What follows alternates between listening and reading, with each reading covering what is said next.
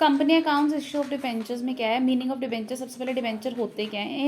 In addition to raising of capital by issue of shares, a company requiring funds on long term basis, company को कभी कभी long term basis पे पैसा चाहिए होता है, तो may borrow money by issuing of debenture, कि वो क्या कर सकता है, अपने डिबेंचर इशू करता है। In addition to raising of capital by issue of shares, की कभी कभी कंपनी शेयर्स से पैसा उठाने के साथ साथ वो क्या कर सकती है, डेट से, डिबेंचर होल्डर से भी पैसा ले सकती है। A company requiring funds on long term basis में borrow money by issue of debentures, कि वो अपने डिबेंचर से भी इशू कर सकती है, मनी रेज कर सकती है। Debenture issued by companies usually in the form of a certificate, कि कोई भी डिबेंचर इशू करती है कंपनी, वो सिर्फ एक सर्टिफिकेट की तरह होता है, वो कुछ आपको कुछ प्रोवाइड नहीं कर रही है, मतलब आपको एक ऐसा नहीं कि कंपनी का कोई हिस्सा दे दिया, बस इन्होंने आपको सर्टिफिकेट दे दिया given under the seal of the company, जिसमें कंपनी की सील होती है, मतलब कंपनी की स्टैंप लगी होती है।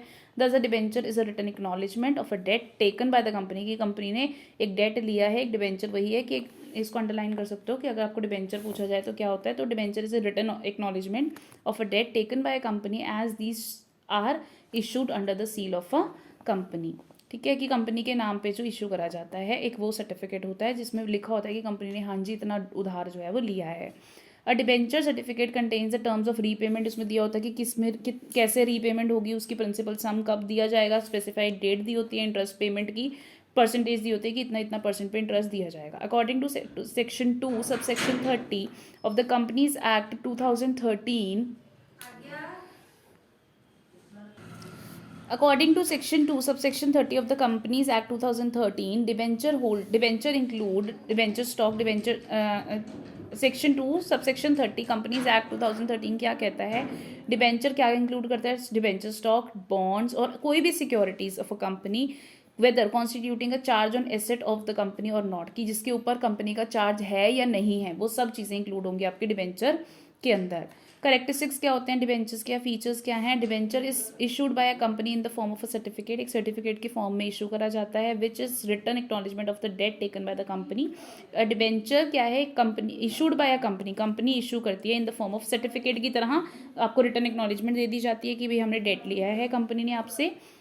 A debenture is issued under the company of the seal of the company. It contains the contract, इसके अंदर कॉन्ट्रैक्ट होता है प्रॉपर पूरा रीपेमेंट ऑफ प्रिंसिपल सम और अ स्पेसिफाइड डेट, ये सब कुछ बताया जाता है। As per the Companies Act 2013, no company is allowed to issue debentures having a maturity date of more than 10 years from the date of issue. वो बोलता है as per Companies Act 2013 के accordingly, no company is allowed to issue debentures having a maturity date of more than 10 years from the date of issue. However, a company engaged in infrastructure projects can issue debentures for more than 10 years but not exceeding 30 years. बोलता है कोई भी company है, कोई भी company allowed नहीं है कि वो इशू करे debentures having a maturity date of more than 10 years, मतलब 10 ईयर से ज़्यादा नहीं इशू कर सकते। ठीक है, हाउएवर कंपनी एंगेज, अगर कोई इंफ्रास्ट्रक्चर कंपनी है, इंफ्रास्ट्रक्चर प्रोजेक्ट्स में लगी हुई है कंपनी, तो वो मोर देन 10 ईयर्स के लिए इशू कर सकती है, बट 30 ईयर्स से ज़्यादा नहीं हो सकती। Usually the debentures are issued with a specified rate of interest, जो डिबेंचर्स हैं वो स्पेसिफाइड रेट ऑफ इंटरेस्ट पे इशू करे जाते हैं, जिनको हम कूपन रेट बोलते हैं।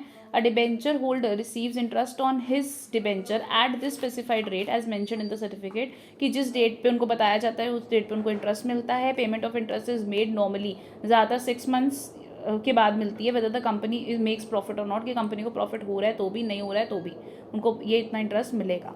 A debenture is generally secured by a charge on issue on the asset of the company. वो कहता है डिबेंचर इज जनरली सिक्योर, मतलब ज़्यादातर क्या होता है कि डिबेंचर जो हैं वो सिक्योर्ड होते हैं, वो कुछ ना कुछ उनके लिए गिरवी रखा जाता है, मॉर्टगेज रखा जाता है, चार्ज होता है कि ना कोई एसेट के ऊपर। This means that if a company, अगर कंपनी पे नहीं करेगी तो वो जो according to the terms and conditions, जो डिबेंचर होल्डर्स हैं वो कोर्ट पे जा सकते हैं और वो अपनी मनी उस एसेट को बेचकर ले सकते हैं। नेक्स्ट क्या है, funds raise by the issue of debenture are of long term nature, जो भी फंड्स इशू ऑफ डिबेंचर से लिए जाते हैं वो लॉन्ग टर्म नेचर के होते हैं। Usually the debentures are repaid for after long time, ज़्यादातर ज़्यादा टाइम पीरियड के लिए लिए जाते हैं, लॉन्ग टर्म नेचर के होते हैं, 7 साल 10 साल के या 12 साल के बाद रीपे करे जाते हैं।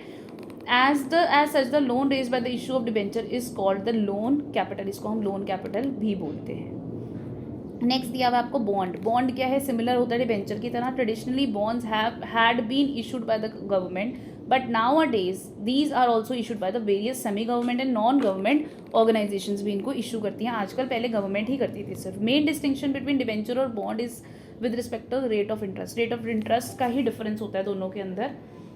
Debentures are issued with the fixed rate of interest. जो डिबेंचर्स हैं वो इशू करे जाते हैं फिक्स्ड रेट ऑफ इंटरेस्ट के साथ, whereas bonds can be issued without predetermined rate of interest. वो कहते हैं डिबेंचर्स को हमेशा इंटरेस्ट रेट आपको डिफाइंड होता है, बट बॉन्ड्स का ऐसा नहीं होता. बॉन्ड्स जो है वो बिना किसी predetermined rate of interest के साथ इशू करे जा सकते हैं. As in the case of deep discount bonds और जीरो कूपन बॉन्ड्स. ठीक है, वो कहता है कि कौन से केस में डीप डिस्काउंट बॉन्ड या जीरो कूपन बॉन्ड्स बोलते हैं. अ डीप डिस्काउंट बॉन्ड या फिर zero coupon bond is one which is issued without pre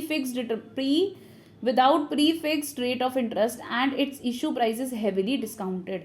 मतलब वो कह रहा है कि ये जो डीप डिस्काउंट या जीरो कूपन बॉन्ड्स होते हैं ये इनका कोई pre fixed rate discount rate नहीं होता, और जो इशू प्राइस होता है वो हेविली डिस्काउंटेड होता है. मतलब कि जब इशू करे जाते हैं तो बहुत कम में इशू करे जाते हैं. मान लो कि 1000 रुपये का बॉन्ड है तो वो शायद तुम्हारे को 900 रुपये में या 800 रुपये में मिल रहा है, तो उतना तो मिलेगा ही. बाकी जो इंटरेस्ट है वो आपको प्रीफिक्स नहीं होता है. The difference between the issue price and the redemption price represent the total interest to be spread over the duration of the bond. कि भाई जितना भी इशू प्राइस है और जो रिडेम्पशन प्राइस है, इशू प्राइस मतलब जितने में वो लिया जा रहा है और रिडेम्पशन प्राइस जितने में वापस दिया जाएगा, वो जो है टोटल इंटरेस्ट माना जाता है to be spread over the duration of the bond. A proportion amount of total interest is charge to. जो भी प्रोपोर्शनेट अमाउंट है टोटल इंटरेस्ट का, कि जितना भी इंटरेस्ट लाइफ टाइम में दिया जाएगा बॉन्ड के, उसको हम प्रोपोर्शनेटली पीएनएल अकाउंट में, स्टेटमेंट ऑफ पीएनएल में चार्ज करते हैं, बिकॉज वो उतने सालों के लिए जो है वो लिया जा रहा है. ठीक है, मान लो कि हमने 10 सालों के लिए ले लिया है, तो जो भी इंटरेस्ट जो हमें देना है बॉन्ड के ऊपर, वो बॉन्ड का जो इंटरेस्ट है वो उतने 10 सालों में स्प्रेड ओवर होगा और पीएनएल अकाउंट में शो किया जाएगा. तो क्या होता है जीरो कूपन बॉन्ड या फिर डीप डिस्काउंट बॉन्ड्स, क्या होते हैं जिनका हमारे को already prefixed rate of interest नहीं होता और वो इशू प्राइस उनका बहुत कम होता है. मतलब जितने भी रिडीम ज़्यादा पे किया जाता है और इशू प्राइस बहुत कम होता है, जो दोनों का बीच का डिफरेंस होता है उसी को हम इंटरेस्ट बोलते हैं इसको, और वो हर साल स्टेटमेंट ऑफ पीएनएल से चार्ज किया जाता है.